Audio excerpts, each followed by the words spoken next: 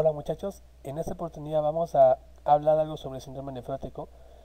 Vamos a darle mayor énfasis en la fisiopatología para poder entender una de las tantas manifestaciones clínicas que podemos encontrar en este síndrome. Ahora, debemos recordar que este síndrome va a ser ocasionado por múltiples patologías, así que las patologías que veamos en la lista no son exclusivas de este síndrome. Ahora, primero a recordar un poco de anatomía, histología y fisiología en riñón para entender un poco de lo que estamos hablando. Pero básicamente vamos a recordar una estructura llamada la membrana de filtración glomerular. Esta membrana de filtración va a tener tres partes. Va a tener una parte epitelial, que está dada por los povocitos y sus prolongaciones, que son los pedicelos. Va a tener una parte endotelial, que va a estar dada por las células endoteliales. Y va a dar una parte intermedia, que va a ser por la membrana basal glomerular. Esta membrana basal, si ustedes recuerdan su histología, se divide en tres partes. Una porción que se encuentra cerca al epitelio, la lámina rara externa, una porción que se encuentra cerca a los vasos sanguíneos, es decir, al endotelio, la lámina rara interna, y una parte central denominada lámina densa. Observamos aquí a los povocitos, que son células epiteliales modificadas, pero encontramos que esos povocitos no están juntos. Encontramos que hay un espacio entre povocito y povocito que se llama el diafragma de hendidura, que tiene una gran importancia en la fisiopatología de este síndrome.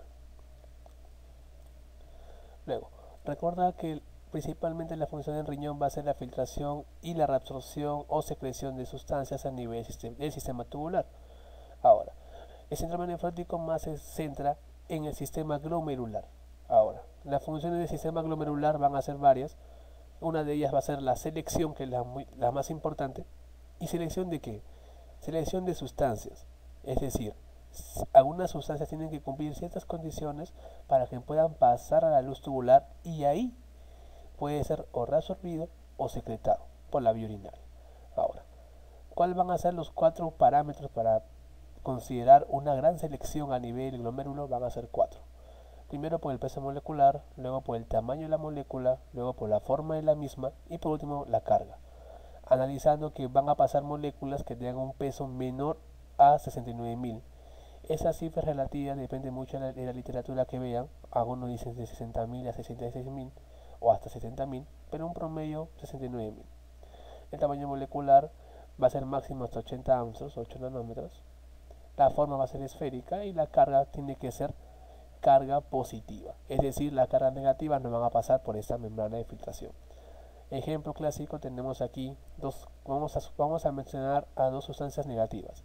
La primera mencionamos al cloro, que es un anión, y la segunda mencionamos a la albúmina, que es un anión, pero es una proteína. Ahora, viéndolo de esta manera, recordemos que siempre el cloro está junto al sodio. Número uno. Siendo negativo, el cloro no va a poder pasar, porque estamos viendo que no cumple con la carga en este caso, ya que la barrera solo deja pasar cargas positivas. Pero observamos aquí que el cloro posee un menor tamaño y un menor peso. Al poseer un menor tamaño y un menor peso, va a poder pasar por esta barrera de filtración, a pesar de que no cumpla con la carga positiva, que es lo que permite normalmente el glomérulo que pase. Así que deben recordar que obviamente no es estricto que si no cumple un criterio, por ejemplo, una sustancia, no quiere decir que no pase. Tiene que cumplir más, no tiene que cumplir más de tres criterios para que uno pueda pasar por esa membrana de filtración. Recordando los componentes de esta membrana de filtración, a grosso modo va a ser compuesta por proteínas. Empezamos el colágeno tipo 4, es el que le va a dar el sostén a esta barrera de filtración. Y ese colágeno tipo 4 es afectado en una patología llamada el síndrome de Goodpasture, que se va a caracterizar por daño a nivel glomerular y daño a nivel alveolar. Principalmente la manifestación clínica a nivel pulmonar va a ser hemoptisis. Número 2 va a estar compuesto por la laminina, que se va a adosar a las láminas raras. Ya vimos cuáles son: la rara externa, interna y la lámina densa, principalmente las dos láminas raras. Y los proteoglicanos sulfatados, que le van a la carga aniónica a esta membrana. Eso es importantísimo. ¿Y cuáles van a ser esos proteoglicanos? Heparansulfato, condroitinsulfato y dermatansulfato. Ahora, Mencionamos que entre podocito y podocito había un espacio llamado el diafragma de hendidura y la proteína principal que se encuentra en ese nivel va a ser la nefrina. La nefrina va a mantener un equilibrio entre ese espacio. Ese espacio no tiene que alterarse por ningún motivo para que la función del glómerulo sea normal. Si se altera ese espacio, va a haber un escape de sustancias de la luz glomerular hacia la luz tubular y se produce la pérdida de sustancias que no deberían ser filtradas normalmente. En sí, la función de la nefrina, como ustedes pueden ver aquí, va a ser mantener la polaridad, el soporte, controlar la tasa de filtrado y medir la apoptosis. En buen resumen, esta nefrina lo que va a hacer es simplemente mantener la homeostasis a nivel de la barrera de filtración y cualquier alteración de la misma va a ocasionar una fisiopatología de pérdida de la función del glomérulo. Ahora, tenemos aquí un gráfico que podemos constatar. Acá el espacio entre podocito y podocito se llama el diafragma de hendidura y encontramos aquí a la nefrina. Ojo, la nefrina es la única sustancia que se encuentra a este nivel. Puede haber muchas otras, por ejemplo la pecaderina, la FAT, pero la que tiene más importancia es la nefrina. Ustedes pueden ver que los podocitos están siendo revestidos, ¿por qué? Por una carga negativa. Igual con una carga negativa. Y acá están las células endoteliales que también está pisada por carga negativa. Esa es la carga negativa que está pisada por los proteoglicanos principalmente. Y ve ustedes que la membrana basal está formada por colágeno tipo 4, que es la matriz de esta barrera de filtración. Ahora, la sustancia que le va a dar la carga negativa al podocito va a ser la podocalixina, ¿de acuerdo? Es la principal sustancia que le va a la carga negativa. Y una otra sustancia que se encuentra también a nivel podocitario va a ser, por ejemplo, la podocina, la podonina, las integrinas, la alfa-actinina 4 y la actina respectivamente. Ahora, ¿por qué es importante esta actina y alfa-actinina 4? Es que esta célula epitelial modificada, más conocida como podocito, no solamente va a ser una célula de revestimiento, va a ser una célula con múltiples funciones, es decir, que también va a producir y secretar sustancias y va a mantener la homeostasis a ese nivel, convirtiéndole en una célula especializada y por ende debe tener muchas funciones. Nunca olvidar el revestimiento negativo, podocitario, por la podocalixina principalmente, la matriz de la membrana basal, que viene a ser el colágeno tipo 4, con sus unidades respectivamente alfa 3, alfa 4 y alfa 5, y el revestimiento por los proteoglicanos a nivel de la parte endotelial de esta barrera de filtración glomerular. Una vez haber recordado eso, entonces vamos a hablar sobre la fisiopatología y síndrome nefrótico, que se va a caracterizar básicamente por pérdida de proteínas. Ahora, en nefrología va a haber dos síndromes fundamentales, van a haber muchos más, pero dos síndromes fundamentales que deben recordar, que son el síndrome nefrótico y el síndrome nefrítico. Los dos van a tener diferencias marcadas y conocer la fisiopatología de cada uno nos va y algunas características de lo mismo nos va a conllevar a un mejor entendimiento y diferenciación de las manifestaciones clínicas que puede tener nuestro paciente. Ahora, no quiere decir que un paciente tenga exclusivamente un síndrome, por ejemplo, un síndrome nefrótico y en otro caso un síndrome nefrítico. Normalmente hay pacientes que presentan los dos síndromes y ese síndrome se llama síndrome mixto o síndrome nefrótico-nefrítico. ¿Ya? Pero para no marearlos mucho, vamos a hablar un poco sobre el síndrome nefrótico. A ver, antes de hablar sobre los mecanismos fisiopatológicos de este síndrome, debemos recordar las causas que producen ese síndrome.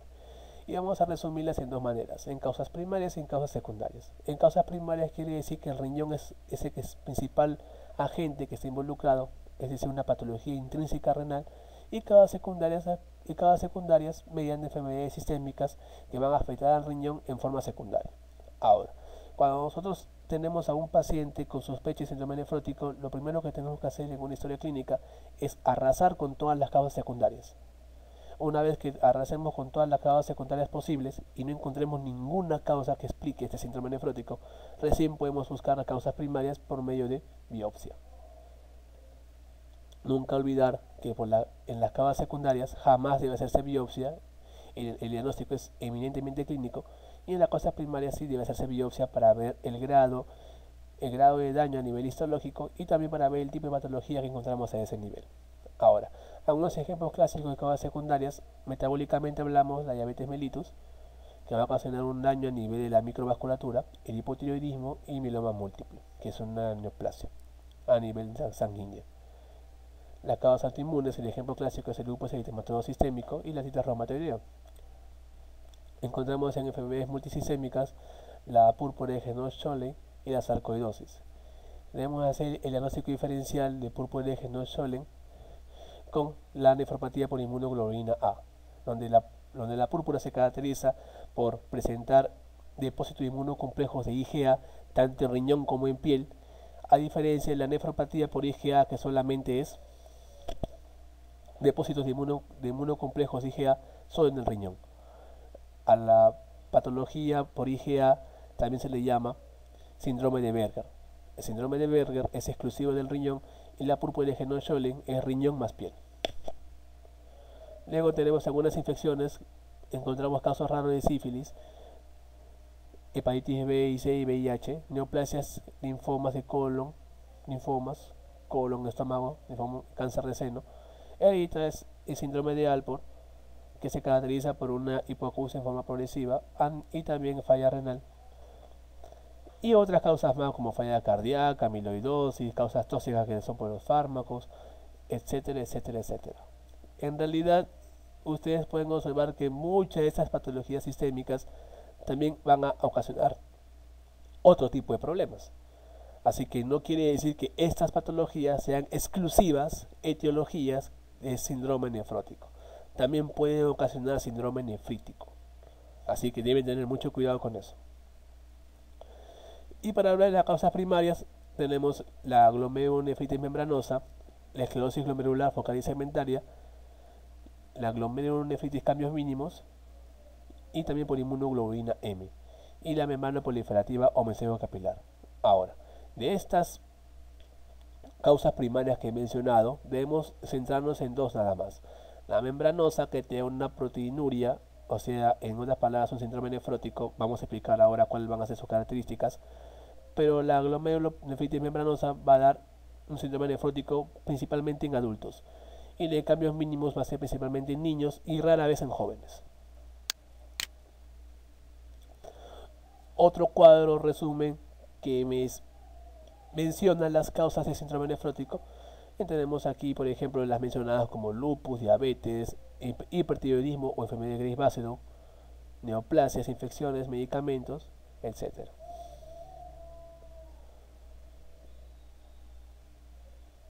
Ahora, ¿cómo se explica en resumen la fisiopatología de ese síndrome nefrótico?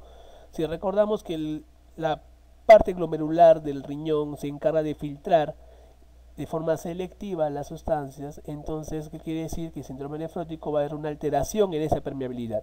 En otras palabras, va a aumentar la permeabilidad capilar glomerular y por ende el mayor escape de sustancias hacia el espacio tubular, donde pueden ser reabsorbidas o excretadas, que es lo común.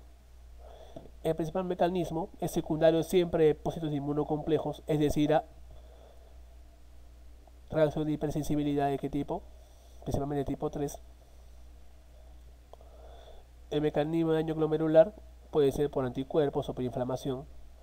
En otras palabras, lo que quiero resumirles aquí, porque obviamente los cambios fisiopatológicos van a ser, por ejemplo, secreción de citoquinas, quimioquinas, proteasas, etcétera, etcétera, etcétera. Lo que va a conllevar siempre es a una inflamación, una participación del componente humoral y el componente celular de la inmunidad. Ambos componentes van a afectar al glomérulo, lo van a dañar, lo van a destruir, por decirlo así, al nivel de su estructura microscópica, como ya vimos en los esquemas anteriores sobre la barrera de filtración, y va a conllevar una disfunción glomerular y conlleva una pérdida de sustancias hacia la luz tubular. En otras palabras, el síndrome nefrótico se caracteriza simplemente por la proteinuria. Lo que nunca se debe escapar del riñón son las proteínas. Se puede escapar cualquier cosa, menos proteínas.